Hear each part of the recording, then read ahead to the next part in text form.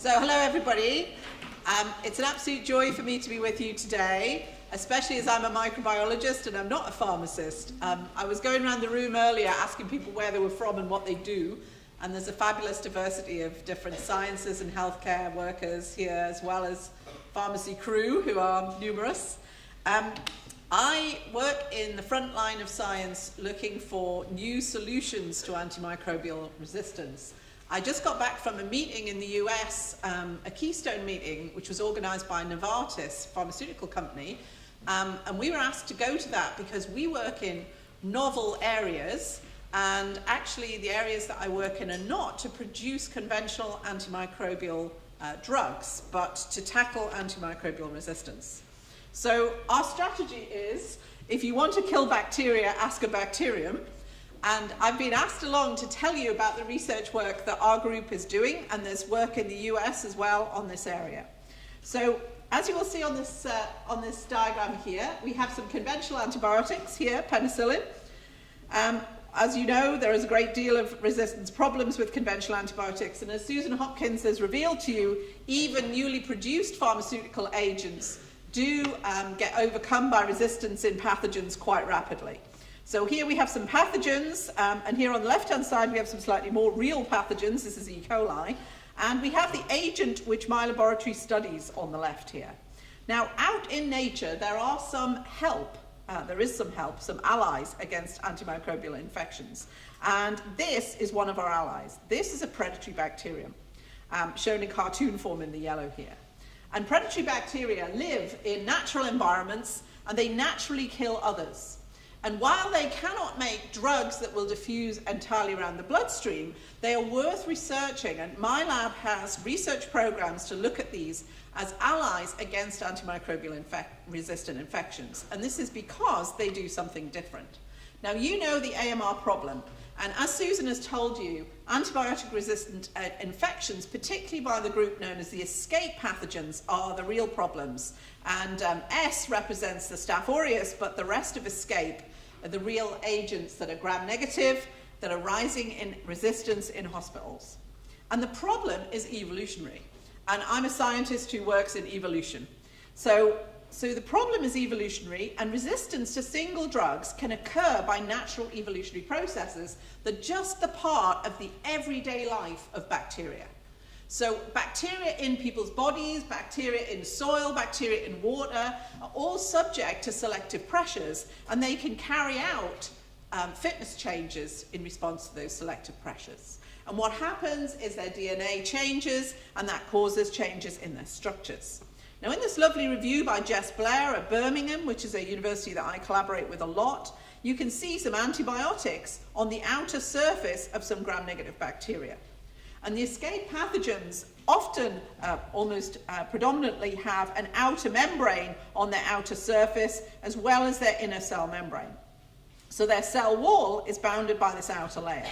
And this is a kind of cagoule of protection against antibiotics. So antibiotics have to get through this outer layer to penetrate the parts of the bacterium that those antibiotics are active against. And unfortunately, in evolutionary processes, these pathogens can evolve to have changes in the genes at the site where the antibiotic works. So it may be that the antibiotic comes in and attacks a penicillin binding protein. It may attack some other structure that is to do with cell wall synthesis. Now, that's great. If it works, the bacterial cell walls will break and the bacteria will die. But there are many changes that can occur at the targets of these antibiotics by the genes changing inside the bacteria. And worse than that, bacteria can actually collect genes and inherit, in a way, horizontally genes that come in and code for pumps. And efflux pumps can pump out antibiotics from the bacteria as fast as they take them up. And these are the ones that can give general resistances. In addition to that, there may be issues of antibiotics themselves being cleaved by enzymes and broken. So bacteria are doing this all the time, and they're swapping genes all the time, taking up new genes, having new features. And this is why hand health and cleanliness is important in hospitals, to try and stop bacteria meeting new bacteria to get new genes from. Now, we try to take the approach that predatory bacteria have evolved for millions of years to kill other bacteria. And we are testing these live predatory bacteria as friendly agents for wound and other localized infections. We will not be able to make pharmaceuticals where you inject bacteria and they travel around the bloodstream, but I want to show you some of our experiments that we actually did with partners in London to look and see if we could employ these natural agents to be some help. And we're funded by UK and US funding agencies to do this. And our work is not yet in clinics, but it's at a stage where we are using these predatory bacteria as test treatments. So I want to show you how these predatory bacteria work. And I want to make you aware of the fact that when you use living agents, you have an awful lot of mechanisms working to kill your organisms. So here are some pathogens. These are E. coli. What you can see here are the E. coli in a liquid medium, and here, if I start the movie, which was working absolutely brilliantly until you had... you lost it? Okay. Okay, thanks for letting me know. No, okay. So I can't show any movies? Okay, fine. And do you have the movies on the desktop? Okay, sorry. Okay, I brought you some movies to show this process. I'm going to do an interpretive dance now. This will be great. Okay. Is this still up? No. All right. So these predatory bacteria, all right, invade other bacteria. They live inside them and they consume their inner material. And so what they do, and if I had the movie on, I could show you, is they burst entirely the bacteria after they have consumed their inner materials. And so instead of just being a drug that comes in and bursts a whole bacterium, so the contents of the bacterium goes into the body, possibly aggravating the septic shock in the body, these bacteria eat the contents of the pathogens that they invade. And so in doing that, they have actually reduced the pathogen-associated molecules inside. So we have tested these and first did this in animals.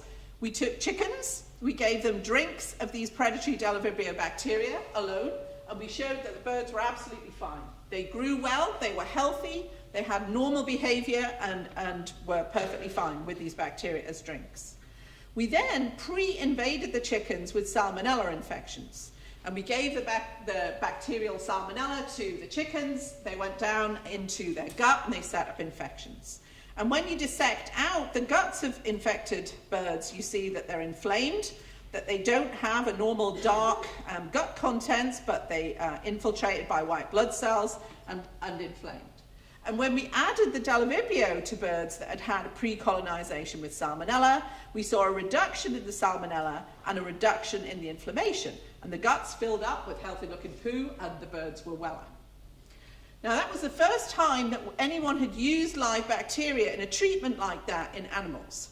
And our life at that point, until we got nudged by these government agencies, was actually out in the natural environments where Dellavibrio come from, looking at birds that eat in soil and also at crops that grow in soil, because Dellavibrio come from soil. But the finding that Dellavibrio could kill salmonella in a living animal prompted us to do more than just treat pathogens out in soil.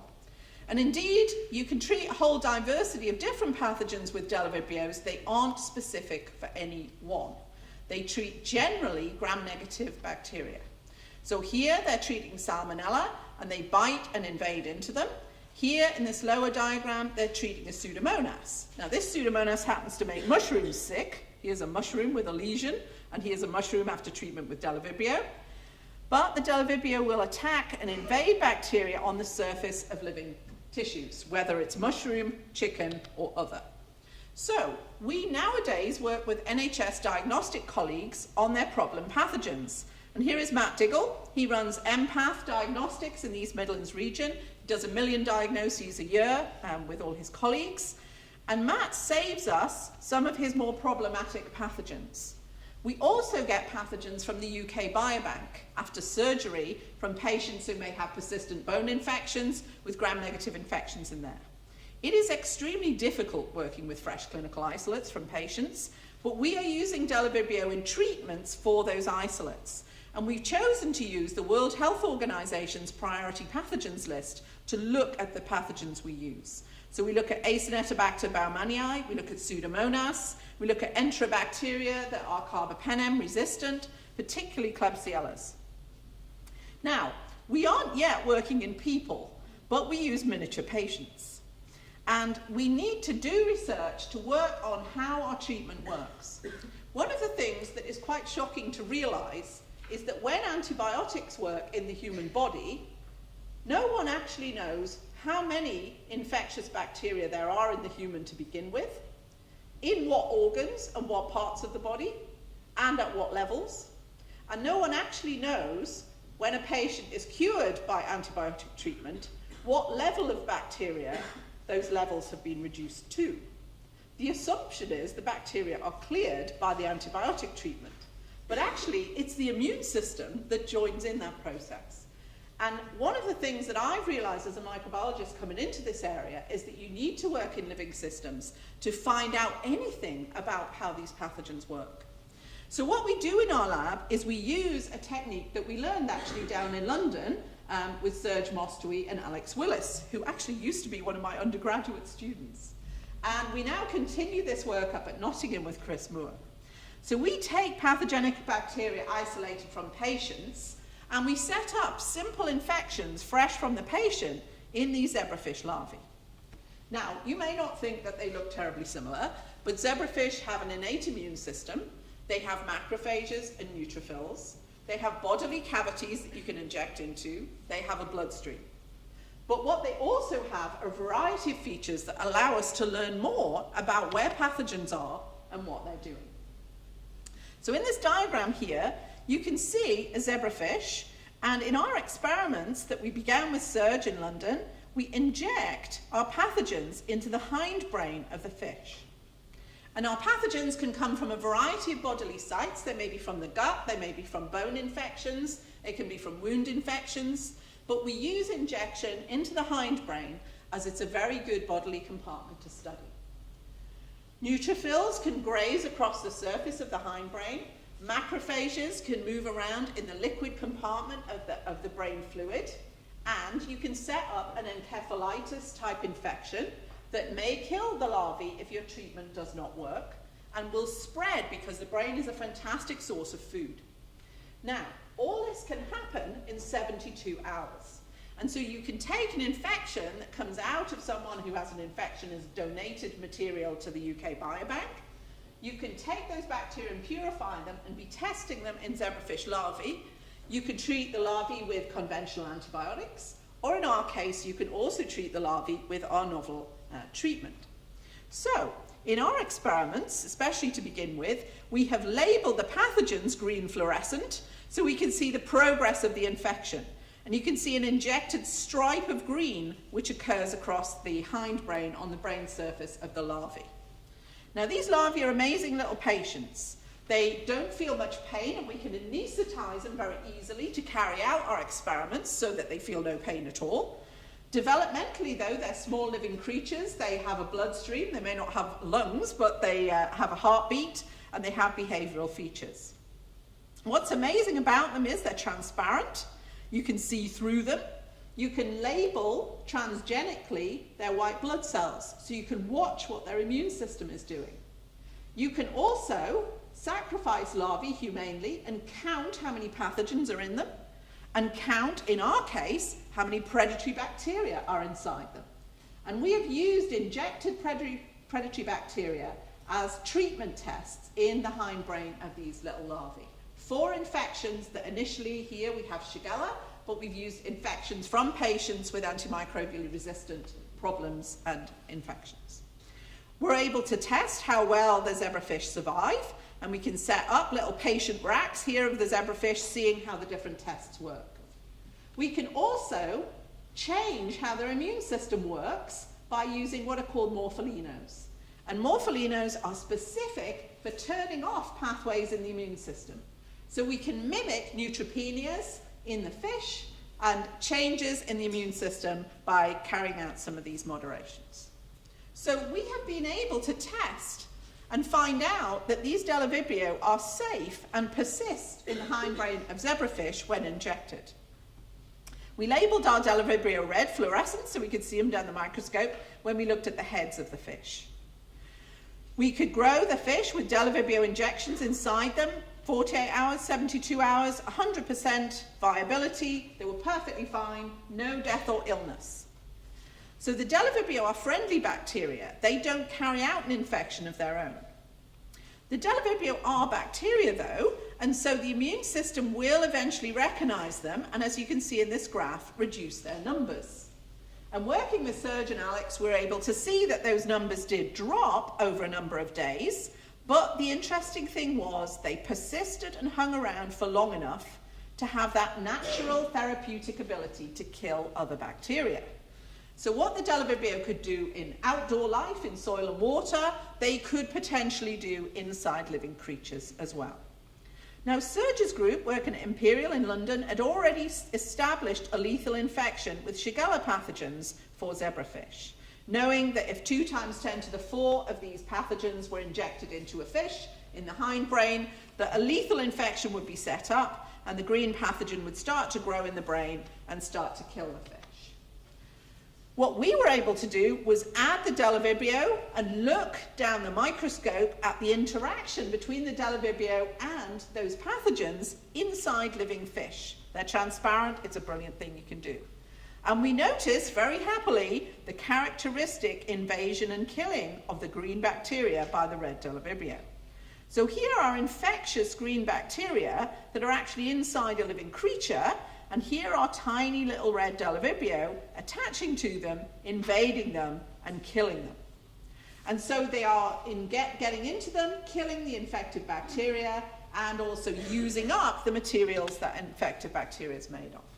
And indeed, over 12 hours, if an infection is just treated with phosphate buffered saline, you see the green infection get greater, and you see a great amount of death in the fish. Out to 72 hours, there's only 27% survival. If, however, you co-inject or inject later with the red Della-Vibrio, you see the red Della-Vibrio start to interact with the green. And wherever they meet the green and spread, they're starting to consume the green, so that the green is consumed. There are still some red Della-Vibrio left at the end, and eventually the immune system clears them as well. And under these treatment regimes, at this wound site, we get 67% survival of the fish at 72 hours, treated with these live friendly bacteria. This is a very significant difference at this treatment. Now, friendly bacteria will never make living antibiotics that you can inject around the whole body, but they act like a single fire extinguisher dose at the site that you put them in. And they give you a chance to reduce the cellular numbers of pathogens at that site from a high number to a lower number. And we're able to actually count in the bodies of the whole fish these numbers. Here, the Shigella without the Della-Vibrio treatment rise over the 72 hours, as shown in the clear dots. And in the treatment with Della-Vibrio, the dark dots, you see them fall. Now, this is not a drug. Pharmacists, you're already thinking, how am I going to prescribe this? Where will I keep this in my pharmacy? What's it going to be like? The good things about predatory bacteria are that they will stay in a sterile solution that you can keep them in for 7 days in the fridge, so it's a bit like a yogurt. You can freeze dry them and keep them in freezers, so it's possible to store them for longer, frozen in a deep freeze. But they also have this effect. And so what we have here with these whole bacteria is actually a possibility to reduce at an infected site a high level of pathogens to a lower level. That gives the chance for the immune system that wasn't dealing with this pathogen to come in and help. Now, we indeed studied the immune system, and we looked at the white blood cells coming to the site of infection, and we noticed that both the Della-Vibrio would attract these white blood cells, and of course the infection itself had failed to attract successfully those white blood cells. So here you can see magnified single macrophages coming into the head of the fish. And each dot here is a single macrophage. And we saw that the Della-Vibrio could go inside these macrophages but actually survive for a little while. So not for a very long time, but up to 48 hours. We can culture human macrophage cell lines, and we can also see predatory friendly Della-Vibrio bacteria surviving for a number of hours inside these macrophages. And so putting them in the body doesn't immediately mean that they are killed. they last long enough to have some effect on local infections. And indeed, we were able to show, working with surgeon Alex, that this killing by Delavibrio at this wound site involves the immune system and not just the predatory bacteria. So I told you about those morpholinos where we could turn down specific parts of the immune system. Well, we were able to target one part of the control of the immune system in the fish with a morpholino called Pu.1. And what this does is it depletes the larvae of macrophages. And the neutrophil levels drop a bit, but it's the macrophages that are depleted. And so this produces neutropenic fish. Now, in those neutropenic fish, you can repeat the experiments where you give them a Shigella infection into their hindbrain. And indeed, when you do that, nobody survives at 72 hours because those fish don't have macrophages, the infection's really bad, and the fish all die. If, however, you treat with Delavibrio and there are no macrophages present, you still get a treatment due to the Delavibrio alone, and 25% of your fish survive. But that's very interesting because in wild-type fish, where you use a control morpholino instead of the one that knocks down macrophages, 67% of the fish survive when you treat with Delavibrio, and 32% of the fish survive if there is no treatment. So what this says is that that predatory action, that gobbling up of these pathogens by Delavibrio, is an important component of why that treatment succeeds. But the immune system is also a component that is stimulated by the Delavibrio being there. And the two together lead to the survival of the fish. They swim off, they're healthy, and the treatment has had an effect. So this has been very interesting. We know that zebrafish larvae are not humans, and we published this work just last year in 2016. These results are very encouraging for further testing for possible human treatments for localized infections. Not systemic bloodstream infections, but sites where someone may have had an accident, they have a wound infection, they've had bone surgery, may have localized infections.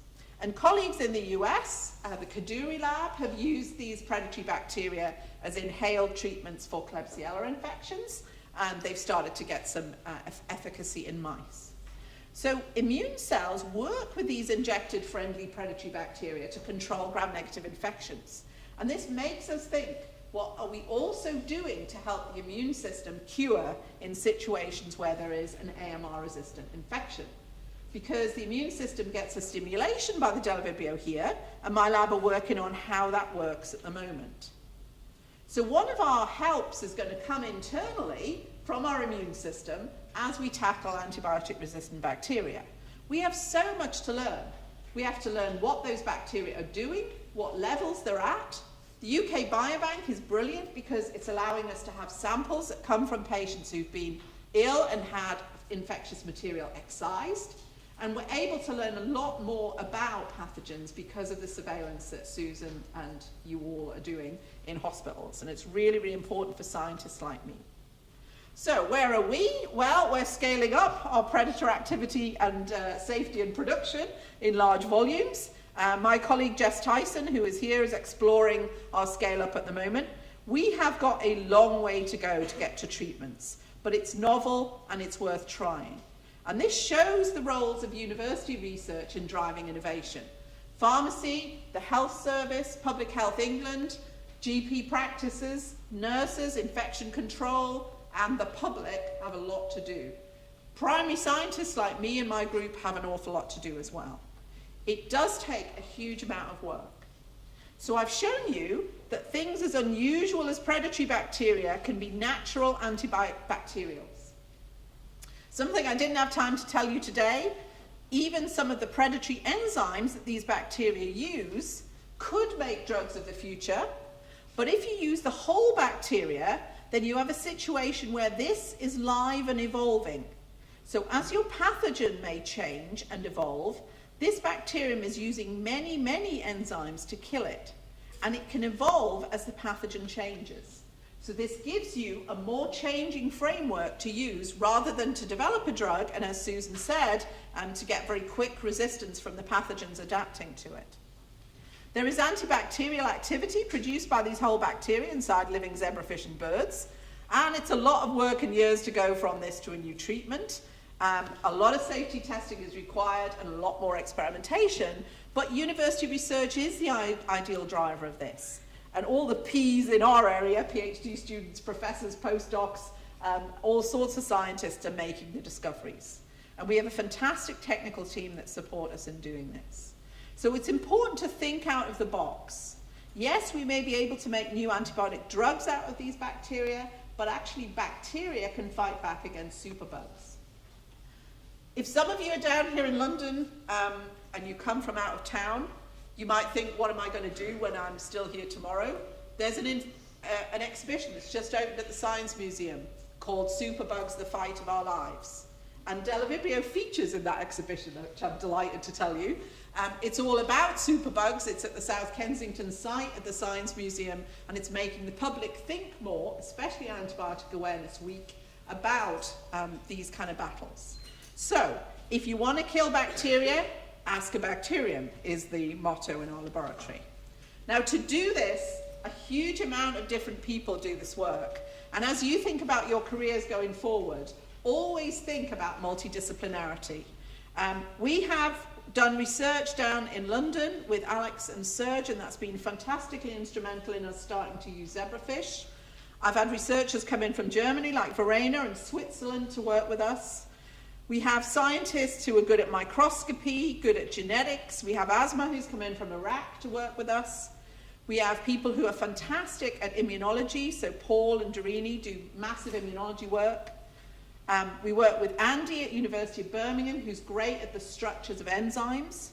We've worked out in America on this fantastic thing, which shows you Delavibrio on the outside of some pathogenic E. coli, and you can, some E. coli, these ones aren't pathogens, and you can see them making a hole in the outside of that E. coli. So they're synthesizing a porthole and invading it. I have scientists who come from UCL, lots of people here from UCL. David Negus studied at UCL for his PhD, works with our team now. And the diagnostic team at Nottingham University Hospitals at the QMC, absolutely amazing. Chris is doing fantastic work keeping our zebrafish going as mini patients. And Michelle is working very hard on mathematically modeling the numbers of pathogens, the outcomes, the level of treatment.